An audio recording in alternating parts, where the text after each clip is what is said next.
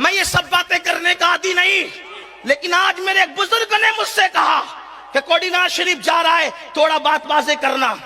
میرے بزرگ نے کہا، اور اگر کوئی مجھے یزیدی کہتا ہے تو میں اس کو موبائلے کا چیلنج کرتا ہوں، سر پہ قرآن رکھ اور رزق اللہ شاہ کی مزار پہ ہاتھ رکھ اور پھر بول کہ جو اس سچے حسینی کو یزیدی کہہ رہا ہے، خدا اس پر لعنت کرے اور سارے فرشتے اس پہ لعنت کرے۔ کھڑے ہو، یہاں کے کھڑے ہے، کسی کے باپ نے ہمت ہوا مجھ سے بات کرے یہاں، جس نے پوری زندگی وقف کر دی نبی اور آل نبی کی خدمت کے لیے، جس کی تمنا یہ ہے کہ میں مروں تو ذکر اہل بیت کرتے مروں، جس کی وصیت یہ تمہاری خوشی کے لیے، جس کی وصیت یہ کہ میں مروں تو میرے کفن پہ لکھنا امام شافعی کے 4 مصرے، آل النبی ذریعتی وہم الی وسیلتی ارجو بہم آتا غدن بید الیمین صحیفتی۔ یہ 4 مصرے میں نے وصیت کر رکھی، اللہ کی قسم کہتا ہوں کہ مجھے اپنی تقریروں پہ ناز نہیں، میں کوئی سخندہ نہیں، مجھے نماز روزوں پہ ناز نہیں، مجھے ناز ہے تو شافعی کی طرح نسبت آل محمد پر ناز۔ اور میں کسی خوشی کے لیے نہیں کہتا کیونکہ تقریر میرا دھندا نہیں ہے، کیونکہ اس کو مت بلاؤ، میں نے کہا شوق سے نہ بلاؤ، مجھے کیا کمی ہے، میرے آقاؤں کی در سے میں نوازا گیا،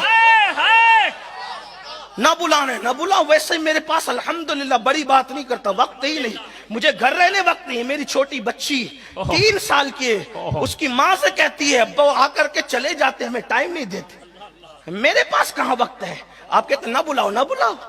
یہ مجھے حکم تھا میرے بزرگ کا، اس لیے میں نے کہا، جو میں نے تو تنزن کہا تھا لیکن اس کو میرے سر جڑا، میں کہتا ہوں آؤ اس پہ مباہلہ کرو، کون حسینی کون یزیدی اس پہ۔ حالانکہ میں الو چلو آلو چالو کے سامنے، پپو چپو کے سامنے تقریر نہیں کر رہا تھا، میں استاذ العلماء غزالی زماں، غزالی دورہ، علی کا بیٹا حضرت علامہ غلام غوث علوی کے سامنے تقریر کر رہا تھا۔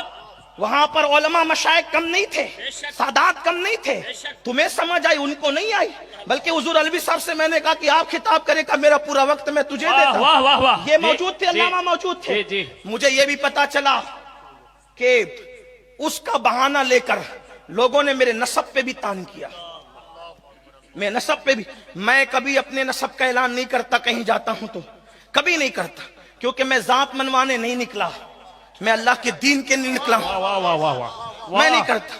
اور نہ میں نے کبھی یہ کیا، میرے بڑوں نے کہا چھوڑ، ہم اپنی سیادت کے جھنجھنے بجانے والے لوگ نہیں ہیں، ہمیں اس دور سے ہمیں کیا لینا۔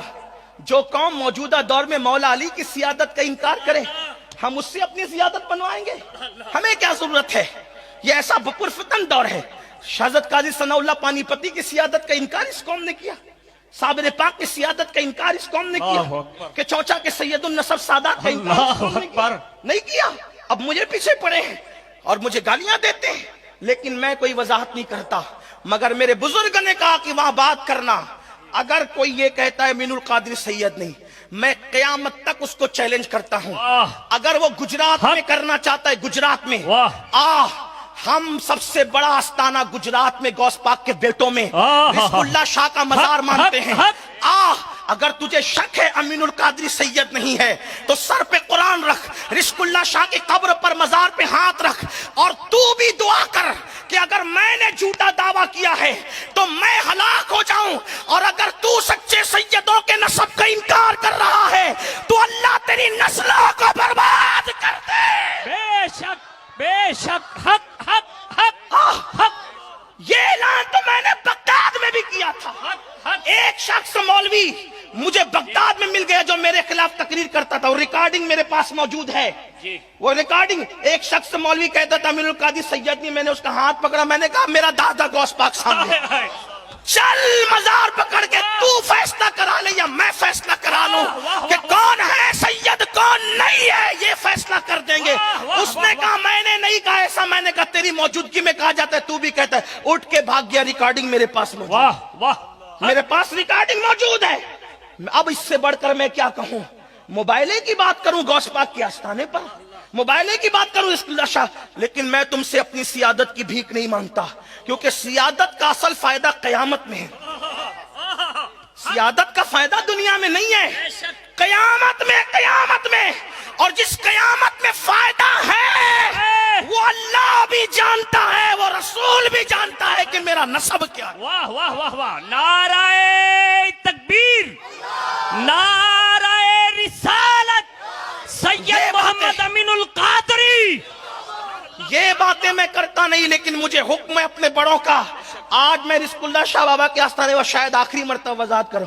کچھ لوگ کہتے ہیں وہ قاضی ہے، کچھ لوگ کہتے ہیں وہ پٹھان ہے، کچھ لوگ کہتے ہیں وہ انصاری ہے، کچھ لوگ کہتے ہیں وہ شیخ ہے۔ میں ہنستا ہوں، یا اللہ آخر میں ہوں کیا؟ کیا یہ بتائیں گے؟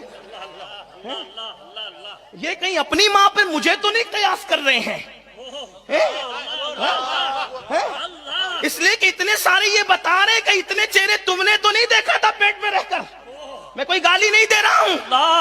لوگ کہتے ہیں ارے ہمارے ڈاکومنٹس کا غلط استعمال کرنے والوں، سن، میں تو موبائل کی بات کر رہا ہوں۔ اب بھی میرے پاس موبائل میں ڈاکومنٹس موجود ہے۔ میرے جد کریم کو قاضی شرع بنایا گیا تھا، اس لیے ان کو قاضی کہا جاتا تھا، جی، قاضی شرع کی بنیاد پر، برادری کی بنیاد پہ نہیں۔ اور کئی گاؤں، سینکڑوں بلکہ ہزاروں ایکڑ زمین ان کو وقف کی گئی تھی۔ وہ میں نے یاسین باپو کو بھی بتائے، وہ کاغذات میرے پاس موبائل میں، جس کو دیکھنا ہے دیکھ۔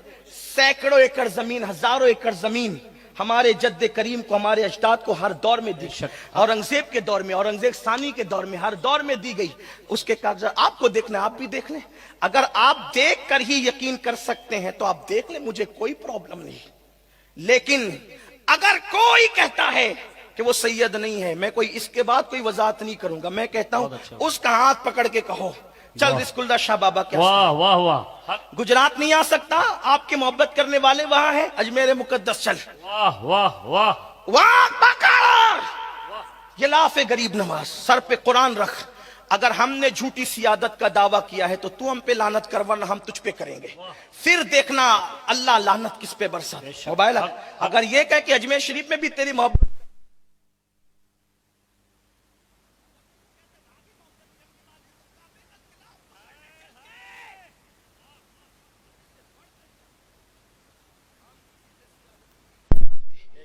لیکن اتنا ضرور کہتے ہیں سنیو، اور میں اس کے بعد میں نے تو طے کیا تھا کبھی میں اس پر وضاحت بولوں گا نہیں، کیونکہ میں ذات منوانے نہیں نکلا، میرے بڑوں نے، لیکن آج ایک بہت بڑے سید زادے بزرگوں نے مجھ سے کہا کہ بول دینا اور یاد رکھنا، الحمدللہ میں نجیب الطرفین سید ہوں، میرے باپ کی وجہ سے، میرے باپ کی وجہ سے۔ میرے دادا، میری دادی حسینی سیدہ ہے، میرے دادا حسنی سید، میرے والد نجیب الطرفین ہے۔